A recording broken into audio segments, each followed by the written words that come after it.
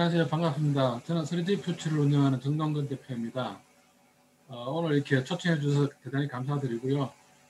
저는 현장에 있는 사람이라 뭐 이론적 배경이나 근거보다는 현장에서 느낀 바대로 좀 정리해서 했고요. 하나의 목소리로 좀 봐주시고 혹시 오류나 이런 것들이 있다면 미리 사전에 양해 말씀을 부탁을 드리겠습니다.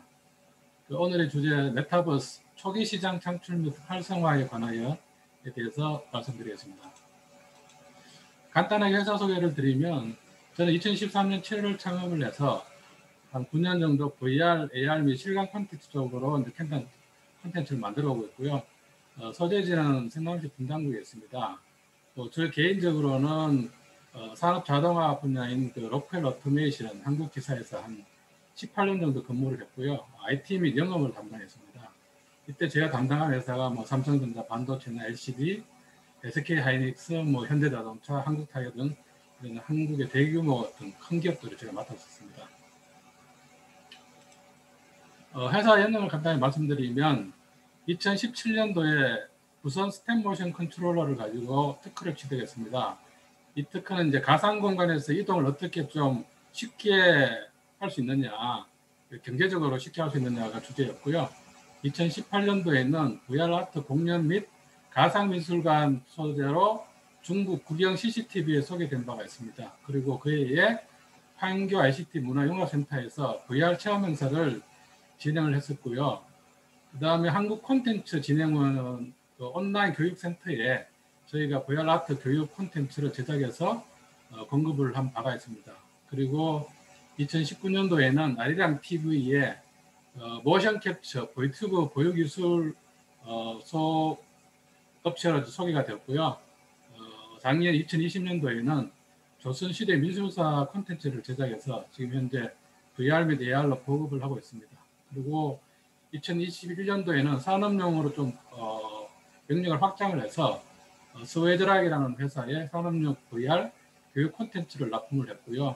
서울교대의 VR 교육실 및 바이브 전용 콘텐츠 12종을 납품을 하였습니다. 저희가 만든 콘텐츠는 유튜브에 2개의 채널에 이렇게 자세하게 이렇게 올려놨으니까 혹시 필요하신 분은 참조를 해주시고요.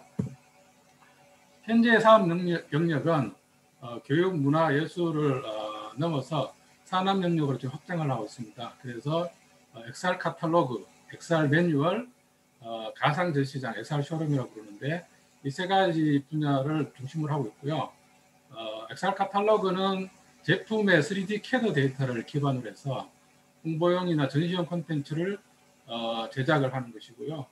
XR 매뉴얼은 공장이 장비나 설비에 관련된 유지 보수 매뉴얼을 3D로 제작해서 현장에서 활용하는 것을 목표로 하고 있습니다. 그리고 가상 전시장은 이렇게 만들어진 콘텐츠를 전시장에서 365일 24시간 동안 운영 가능할 수 있게 공급하는 것이 목적입니다. 자, 그럼 지금부터 메타버스에 대해서 제가 이제 개인적으로 현재까지 현장에서 느낀 바를 좀 말씀을 드리겠습니다. 저는 메타버스라는 용어는 산업혁명과 연관지어서 생각을 해야 된다고 생각을 합니다. 그래서 산업혁명이라는 걸 보게 되면 첫 번째 1차 산업혁명은 이제 전기관이 발명이 돼서 기계화가 가장 큰 특징이었고요. 2차 산업혁명은 전기를 발명함으로써 대량 생산 시대가 되었습니다. 그래서 저희는 이 두 가지 시대를 통틀어서 산업화 시대라고 부르고 있고요. 저는 1, 2차 산업혁명을 아날로그 시대라고 부르고 싶습니다. 그리고 3차 산업혁명은 컴퓨터의 발명과 함께 현재 우리가 가장 많이 이야기되고 있는 디지털 트랜스포메이션이 특징이라고 생각합니다. 그래서 우리는 이 시대를 정보화 시대라고 부르고 있고요. 4차 산업시대의 키워드는 저는 단연 인공지능이라고 생각합니다. 그래서 4차 산업시대의 가장 큰 특징은 가상세계라고 말씀을 드리고요. 저는 이 시대를 메타버스 시대라고 부르고 싶습니다. 그래서 3차 산업과 4차 산업혁명의 가장 큰 차이점은 같은 디지털 시대의 기반이지만 3차 산업혁명은 2D 기반의 정보화 시대이고 4차 산업혁명은 3D를 기반으로 하는 메타버스 시대이다. 라고 이제 말씀을 드리고 싶습니다. 자세한 얘기는 뒷부분을 또 설명을 드리고요. 오른쪽 도표로 보시면 뭐 다 아시겠지만 레이 크즈와일의 특이점이 온다라는 책에 보시면 인공지능이 인간의 두뇌와 인간 전체의 어떤 두뇌 지능을 뛰어넘는 시기를 계략적으로 보여주고 있습니다. 아시다시피 3D는 굉장히 큰 다양한 요소를 필요로 하기 때문에 2D와는 완전 차원이 다른 분야라고 생각합니다. 그래서 다음을 이어가 보면요. 그래서 이 미디어의 변천에 관련된 마크 주커버그의 발표가 있었습니다. 그래서 우리 역사를 본다면 텍스트, 사진, 비디오의 2D 시대를 거쳐서 현재 XR이라고 총칭되는 VR, AR 위주의 3D 시대로 저는 넘어왔다고 생각합니다. 그래서 패러다임이 인터넷, 즉 정보화 시대에서 이제는 메타 시대로, 메타버스 시대로 저는 넘어왔다고 생각해서 이 메타버스라는 용어가 단순히 하나의 유행이 아니라 앞으로 어떤 4차 산업혁명을 관통하는 하나의 용어로 정착이 되어야 된다고 생각을 합니다. 용어의 정리는 다 아시겠지만 저는 AR과 MR에 대해서는 간단하게 말씀을 드리겠습니다. 아시다시피 MR은 마이크로소프트가 홀로렌즈를 발표하면서 가지고 나온 용어입니다. 이때 이제 차별점을 둔 부분이 뎁스 센서를 장착한 것이 자기의 AR 글라스다라고 차별화를 하기 위해서 MR이라는 마케팅 용어로 썼다고 생각합니다. 그래서 AR, MR이라는 용어가 많이 이제 현장에서 헷갈리기 때문에 앞으로는 저는 AR로 통일해서 가고 뎁스 센서가 있느냐 없느냐라는 것은 옵션으로 포기하는 것이 혼란을 줄이는 길이라고 저는 생각을 합니다. 그래서 산업 현장에서는 사실 AR과 MR의 차이가 없이 AR이라는 용어로 거의 통일이 돼서 사용이 되고 있습니다. 기기를 분류를 해보면 뭐 아시겠지만 AR 글라스 쪽이 있고요. 가운데에 마이크로소프트가 하는 MR 글라스가 있는데 가장 큰 차이점은 MR 글라스는 모든 그 프로세싱 파워가 이 글라스 안에 다 장착이 되어 있어서 굉장히 좀 덩치가 큰 편이고 왼쪽에 그 AR 글라스 쪽은 프로세싱 파워가 이 자체에 없기 때문에 글라스 안경 형태를 유지할 수가 있습니다. 근데 프로세싱 파워가 없기 때문에 반대 극부적으로 어떤 다른 기기가 프로세싱 파워를 수용을 해야 된다는 그러한 필요성이 있는데 이 부분이 앞으로 얼마만큼 사용자 친화적이 나올 것이냐라는 것이 이제 중요하다고 생각하고요. AR 글라스가 현재 발전하지 않았기 때문에 현재로서는 지금 스마트폰이나 태블릿을 활용하는 AR 위주로 지금 현재 가고 있습니다. 그리고 VR 기기에서는 가장 큰 특징이 현재 오큘러스 퀘스트가 독립형 VR 기기에서는 단연 압도적인 지금 시장 점유율을 확보하고 있습니다.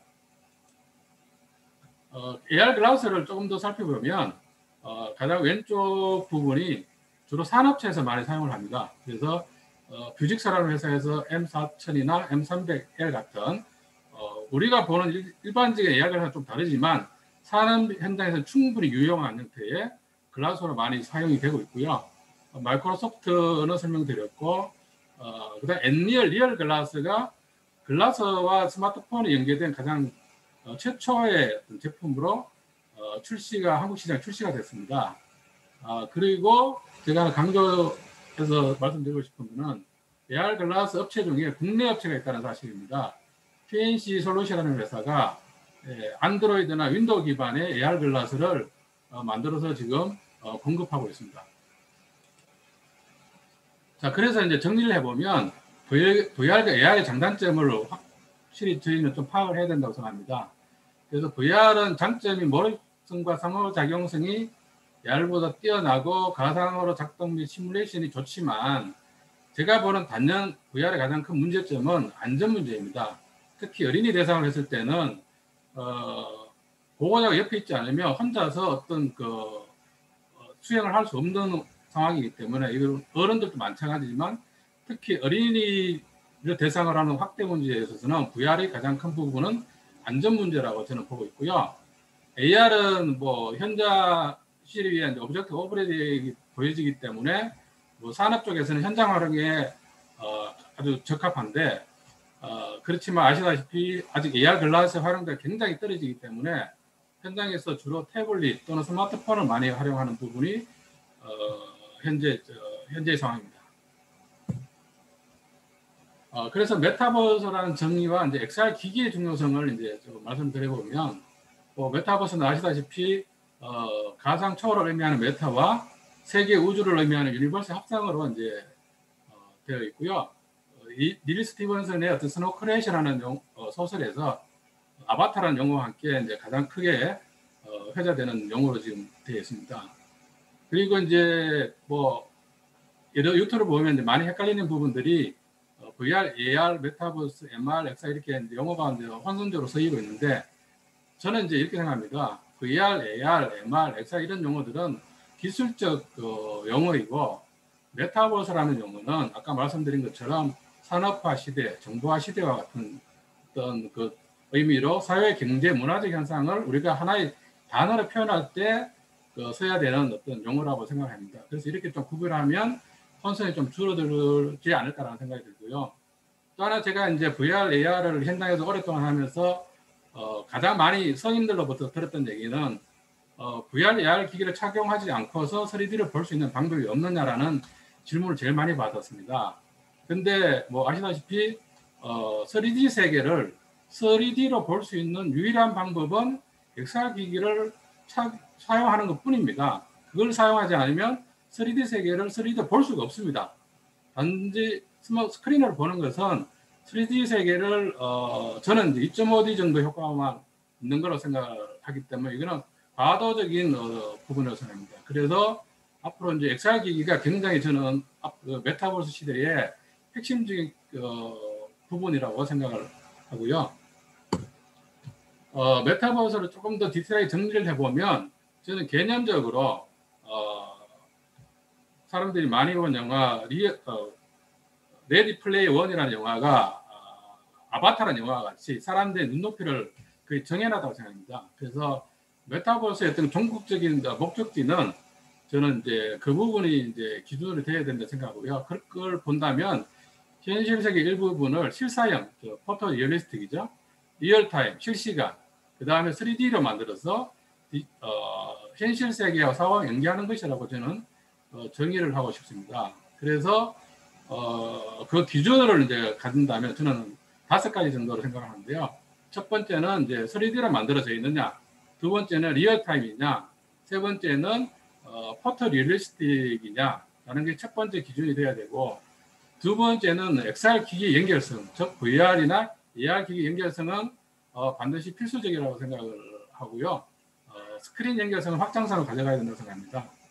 그리고 세 번째는 이제 다중 접속 기능이고, 네 번째는 사회 경제적 활동이 가능해야 된다. 즉 업무나 교육, 소셜 활동, 엔터테인먼트, 게임, 예술, DIY, 공장 유지 보수 등 우리의 일상 활동이 가능해야 된다는 걸 말씀드리고 싶고요. 다섯 번째는 현실과 가상의 이제 연결성, 이런 업무의 흐름이 이제 원활하게 이제 좀 진행이 되는 형태. 이 5가지 기준으로 앞으로 이제 메타버스의 어떤 성숙도 이런 것들을 판단하면 좋다라는 생각이 들고요. 기기나 특징은 참조로 보시면 될 것 같습니다. 그리고 메타버스 생태계에서 현재 많이 알려진 플랫폼과 기기 중심으로 좀 정리를 해봤습니다. 그래서 플랫폼을 먼저 본다면, 해외와 국내로 나눠 본다면, 해외 쪽은 마이크로소프트에서 이제 VR 기반의 알트스페이스라는 부분이 있고요. 최근에는 이제 업무 중심적으로 좀 포커싱이 옮겨가면서 메쉬라는 새로운 이제 플랫폼을 지금 만들어냈습니다. 그리고 기존에 이제 인수한 소셜 위주의 마인크래프트가 있고요. 그다음에 페이스북은 호라이즌이라는 것을 현재 열심히 만들고 있습니다. 베타 버전을 발표를 했고요. 최근에 호라이즌 또 이제 워크룸스라는 업무 중심 포커스된 플랫폼을 지금 베타 버전을 발표를 했습니다. 그리고 제가 보기에는 업무적인 가장 앞서 있는 스페이셜이라는 앱이 있고요. 그다음에 산업적으로는 이제 PTC라는 산업 회사가 빅토리아라는 AR 기반의 어떤 플랫폼을 가지고 있습니다.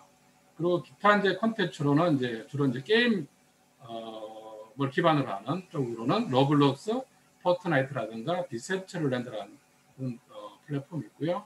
국내 쪽으로 본다 그러면 아까 교수님 언급하신 내부의 제페토라는 게 가장 이제 글로벌화되어 있고 조그마지만 살리라는 회사에서 에픽 라이브라는 플랫폼이 있습니다. 이게 아까 인게이지랑 유사한 거라고 생각이 들고요. SKT에서 얼마 전에 발표한 리프렌드, 그 다음에 이제 산업용 쪽에서 이제 많이 쓰는 AR 플랫폼입니다. 넥스트라는 회사에서 넥스트 AR 플랫폼을 국내에서 가지고 있습니다. 뭐 기기는 아까 이제 좀 설명을 드렸고요.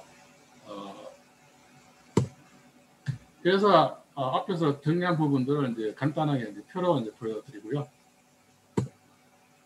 그래서 지금부터는 초기 시장 창출 및 활성화 방안에 대해서 이제 말씀을 드릴 건데, 제가 이제 가장 크게 생각했던 부분은 왜 활성화 잘 안 되느냐, 지금 8년이 지났는데 라는 부분이 있습니다. 그래서 제가 분석을 통해 보니까 기술적, 시간, 비용 및 기계적 제약이 있더라라는 부분이 하나 있고요. 그렇다면 이 제약을 무릅쓰고 활성화를 하려면 초기 시장의 분야와 대상은 어디가 되어야 되는가, 그리고 거기에 기반해서 뭐 대략적인 제안을 저희 나름대로 한번 말씀드려 보겠습니다. 기술적, 시간 및 비용적 제약 부분입니다. 앞에서도 말씀드린 것 같이 2D 기반의 그 세계를 구축하는 것과 3D 기반의 세계를 구축하는 것은 엄청난 차이가 있습니다. 그래서 현실과 같은 실사형, 실시간 3D 월드는 레디 플레이 원이라는 영화에서 이미 보여줬습니다. 그리고 이제 덕개비라는 게임에서도 비슷한 형태를 보여줬고요. 근데 이걸 구현하기 위해서는 휴먼 아바타를 예를 들어서 제작한다 치면 얼굴 표정의 표현이라든가 몸 동작, 뭐 의복, 액세서리, 옷의 자연스러운 움직임, 그 다음에 뭐 아바타에 부딪혔을 때 충돌 문제라든가 이런 부분들이 이제 있고요. 환경을 제작할 때도 동식물, 건물, 여러 가지 이제 요소들이 다 있습니다. 이런 걸 다 표현을 해야 되고요. 그 다음에 특히 이제 유체의 움직임, 예를 들어서 뭐 물의 표현이라든가 안개라든가 무엇이 흘러간다 했을 때 이걸 시뮬레이션으로 영역으로 표현해야 되는 어떤 부분들, 이런 것들이 있습니다. 그래서 이런 어떤 것들을 자연스럽게 표현을 하려면 굉장히 큰 시간과 비용이 많이 들어가고 있고요.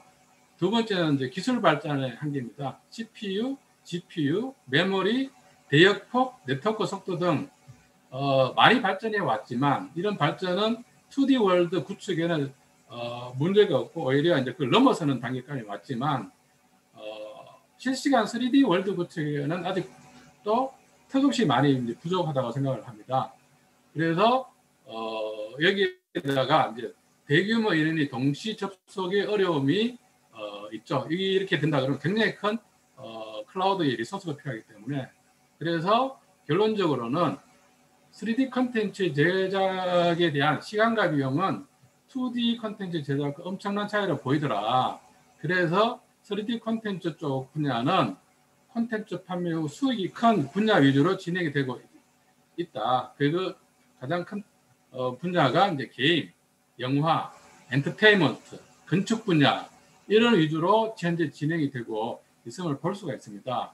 그래서 현재 3D 월드 구현 실사는 아까 뭐 앞에서 교수님도 잠깐 말씀하셨지만 낮은 수준의 어떤 퀄리티 구현, 아바타의 생김새나 움직임, 뭐 롤레이폰으로 만들어진 단순함, 거기에 아까 말씀드린 XR 기기 보급률이 현저히 낮아서 아직까지 주위에 XR 기기를 가지고 있는 사람들이 찾아보기 힘든 환경이고, 그 다음에 이제 UI 문제죠.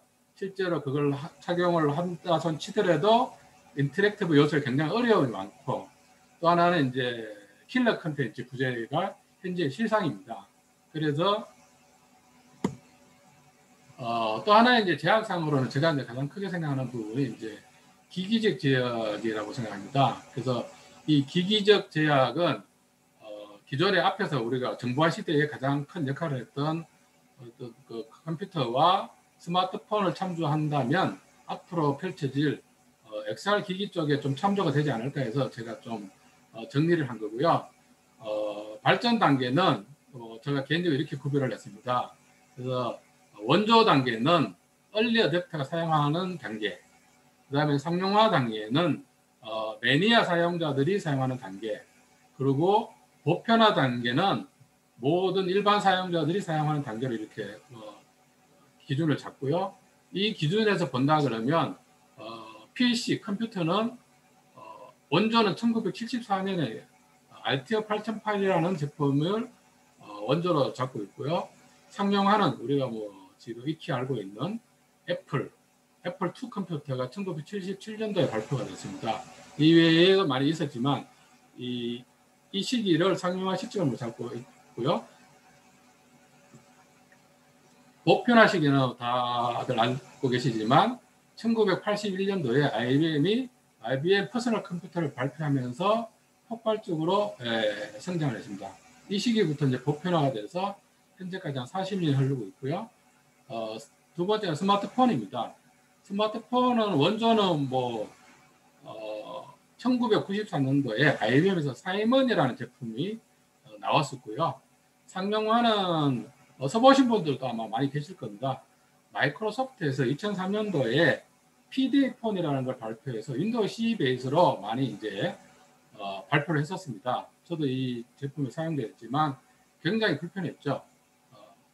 그러다가 2007년도에 스티브 잡스가 아이폰을 발표하면서부터 보편화 단계를 넘어섰습니다. 폭발적으로 성장했죠. 그래서 14년이 흘렀고요. 반대적으로 이제 XR 기기를 본다면 XR 기기도 2010년 이전에도 굉장히 부침이 많이 있었습니다. 그렇지만 저희한테 직접적으로 영향을 주는 것은 2010년도 이후이기 때문에 저는 2010년도 이후만 기준으로 해서 정리를 해봤습니다. 그래서 VR 기기를 본다면 2013년도에 오큘러스 DK1을 원조로 저는 잡았고요.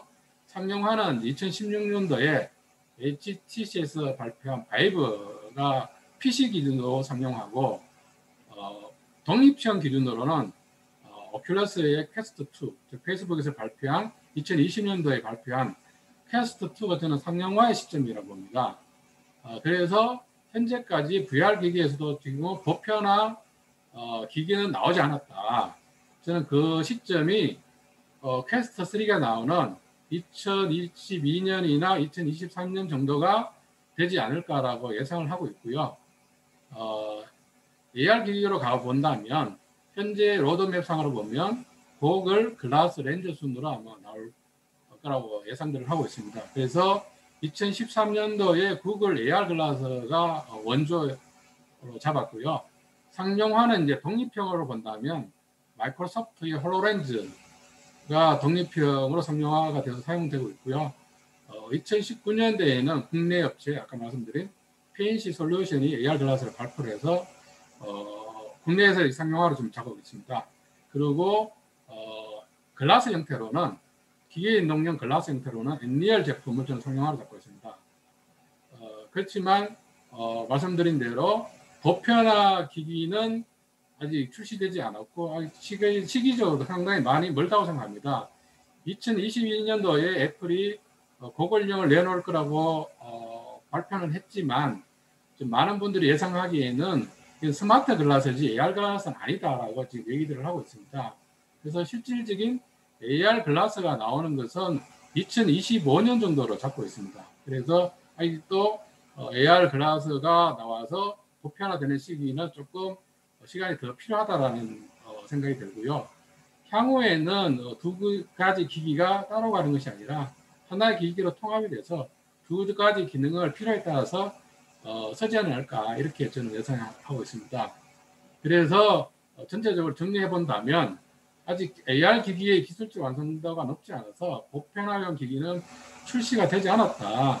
그래서 스마트폰이나 태블릿으로 하는 AR 콘텐츠 활성화 방안이 저는 이제 중요하다고 생각을 합니다. 그래서 초기 시장 분야 대상에서는 이러한 불편한 하드웨어 착용, 불편한 조작감, 부실한 콘텐츠를 감수할 수 있는 집단이 첫 번째 대상이 되어야 된다고 생각합니다. 즉 초기 시장 수요자들은 이러한 불편함이 있어도 그런 XR 기기를 착용할 수 있는 또 동기부여가 있는 집단이라고 생각을 했습니다. 그리고 콘텐츠 타입은 스토리텔링을 넘어서 스토리 리빙 형태의 콘텐츠가 제공이 되어야 된다고 생각하고 있고요. 그래서 이 분야는 저는 한 5가지 분야로 잡았습니다. 첫 번째가 엔터테인먼트 분야, 두 번째가 교육, 세 번째 업무, 네 번째가 예술, 다섯 번째가 소셜 분야로 잡았습니다. 그래서 각 분야를 본다면 엔터테인먼트 분야는 제일 빨리 갈 거라고 생각합니다. 이 대상이 왜냐하면 팬덤곡이기 때문에 가상 공간에서 스타가 공연하는 것을 보고 싶은 팬덤들이 굉장히 많죠. 그래서 스타가 가상 공간에서 공연한다면 불편함을 감수하더라도 충분히 이 부분에 대해서 활성화가 될 수 있을 거라고 생각이 되고요. 그 대표적인 사례가 포트나이트에서 했던 공연, 그리고 저는 이제 BTS를 보유하고 있는 위버스가 굉장히 큰 가능성이 있다고 생각합니다. 현재로서는 입장까지 오지 않았지만 앞으로 이 엔터테인먼트 분야를 메타버스 플랫폼화 시킨다면 저는 위버스가 가장 큰 가능성이 있다고 생각을 합니다. 제페톤 앞에서 교수님 말씀을 주셨고요. 두 번째는 교육 분야입니다. 대상은 어린이, 즉 초등학교 정도가 가장 잘 맞을 것 같고요. 주로 이제 내용은 이제 놀이형이 돼야 될 것 같습니다. 즉 어떤 특정 목적을 구현하기는 아직까지 시간과 비용이 너무 많이 들기 때문에 아이들이 쉽게 놀 수 있는 디지털 놀이형 컨텐츠를 많이 만드는 게 이제 중요하고 그 사례가 사실은 마인크래프트가 굉장히 로폴리건이고 뭐 하지만 이것이 이제 공전 히트를 오랫동안 할 수 있는 것은 뭐냐면 기존의 아날로그 놀이를 디지털로 대체했다고 저는 생각합니다. 그래서 과거에 우리가 뭐 어린 시절에 했던 아날로그 놀이들은 현재 세대의 어린이 세대들한테는 맞지 않다고 생각합니다. 그래서 현재 MZ나 그 어린 세대들은 디지털을 가지고 놀이 형태로 삼고 있기 때문에 어떤 그 퀄리티에 관계없이 그걸 어떤 소셜을 형성할 수 있다고 생각합니다. 그리고 세 번째는 업무 분야입니다. 이번 이제 코로나 사태 때문에 이제 비대면에 대한 그 회사들에 대한 그 적응도가 굉장히 많이 높아져 있습니다. 과거에는 이제 대면 위주였던 사고 방식이었다면 이제는 그 비대면 방식이 오히려 더 편하다라고 얘기할 정도로 지금 많이 이제 바뀌어 있습니다. 그래서 지금 줌이 많이 활성화되어 있는데 이것을 가상공간 회의로 전환을 한다면 가장 큰 적시적인 효과가 있지 않을까 저는 생각이 되고요. 그런 어떤 플랫폼으로서 현재 가장 많이 앞서 있는 뭐 스페이셜이라든가 페이스북의 워크룸, 마이크로소프트의 메시 같은 글로벌 플랫폼을 활용하면 어떨까 하는 생각입니다.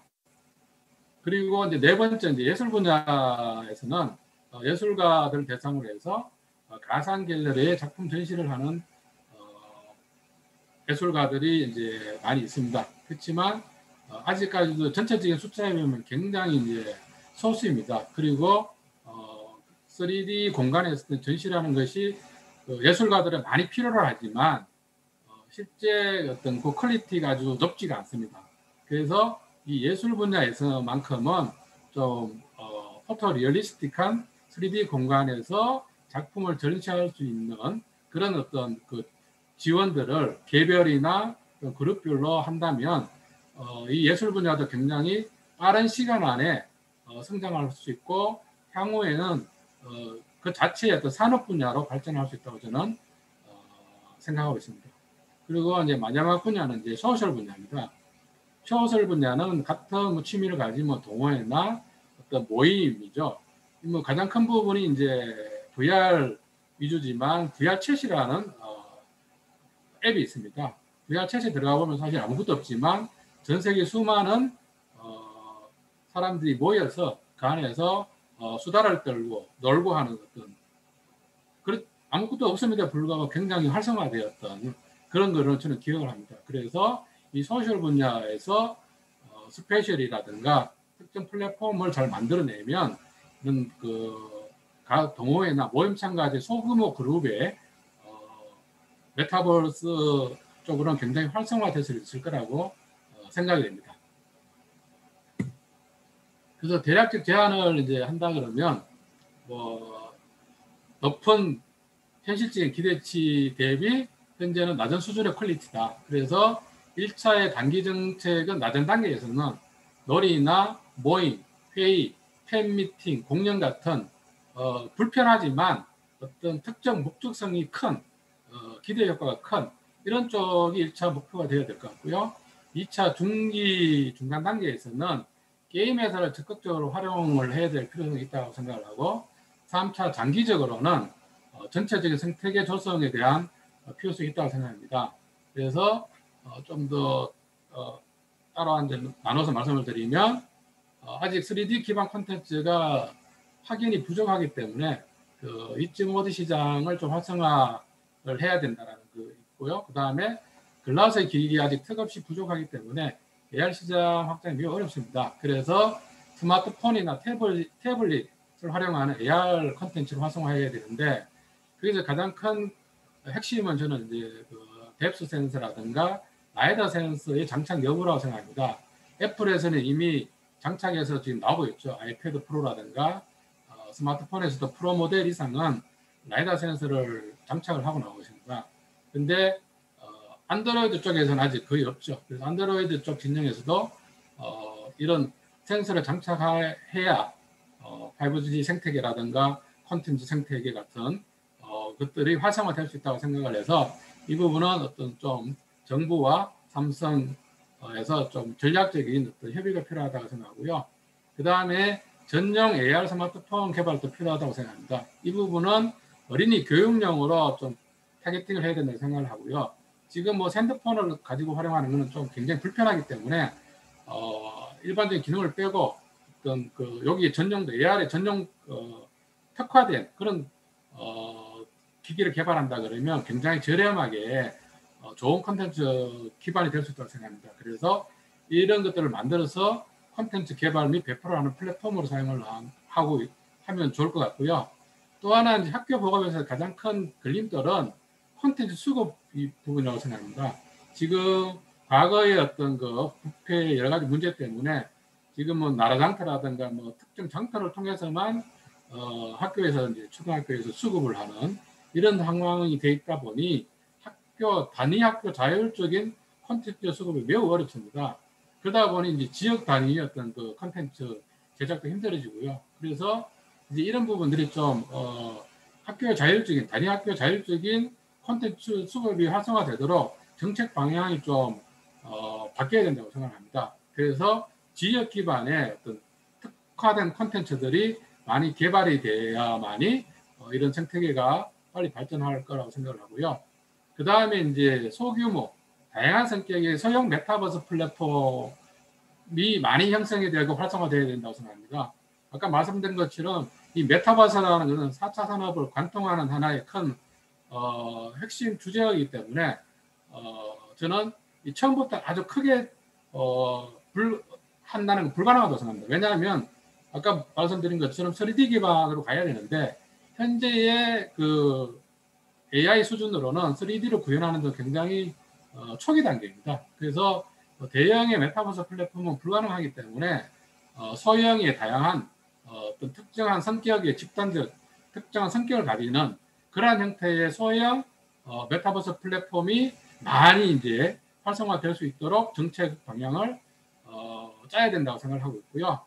그 마지막으로는 이제 게임 회사의 활용 방안입니다.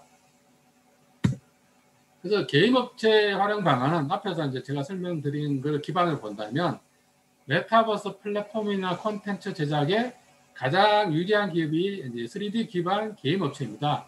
3D 이런 게임 업체들은 이미 이제 이를 실현할 수 있는 인적, 물적, 기술적 기반들이 다 되어 있고 기획력, 실행력이 다 있습니다. 네. 그렇지만 이런 업체들이 이제 많은 이제 비용이 들어가기 때문에 수익이 큰 사업에 이제 올인하는 것들이 현재의 상황이죠. 근데 현재 지금 뭐 국내 게임 업계를 본다 그러면 대부분은 이제 사행성 요소로 이렇게 지금 치중해 있습니다. 그래서 근데 이 사행성 요소는 불법 요소가 굉장히 크기 때문에 이 부분은 이제 불법으로 저희는 이제 좀 법제화할 필요가 있다 생각을 하고요. 이런 부분들을 어떤 사행성을 이제 배제를 하고 다양한 수익 창출을 위해서 메타버스 플랫폼이나 콘텐츠를 활용하는 다양한 상품 개발, 예를 들면 이제는 이제 3D로 이제 비디오 시리즈도 만들 수 있는 정도의 수준으로 올라와 있잖아요. 그리고 그 비디오 시리즈가 성공한다면 그게 다시 이제 오프라인의 게임으로 만들어지죠. 장난감으로 만들어지죠.